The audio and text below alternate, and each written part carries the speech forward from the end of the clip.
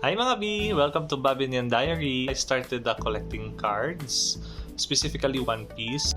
Last month yata, nagbukas ako ng isang box ng One Piece. OPO8 ang binuksan ko.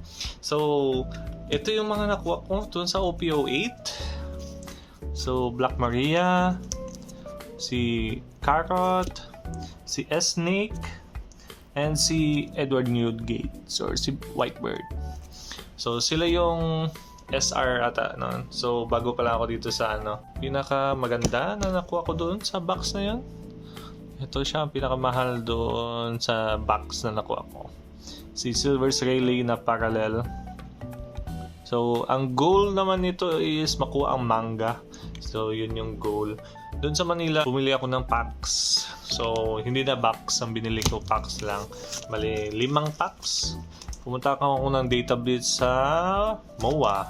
So buksan natin to. Malay mo nandito ang manga rare ni Rayleigh.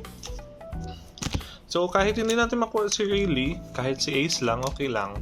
So pero kapag wala, edi another episode na naman tayo. Maghanap tayo ng Silver's Rayleigh. Check natin, malay mo makuha natin ang magagandang village.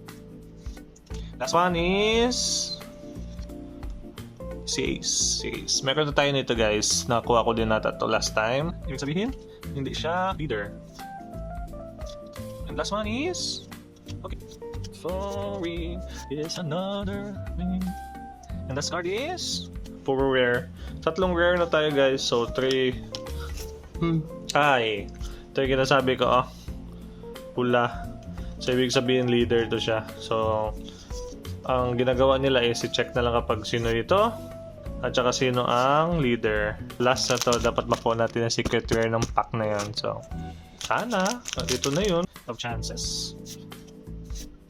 Come on and wala tayong nakuha na maganda sa 5 na nakuha natin doon sa MOA, but it's okay.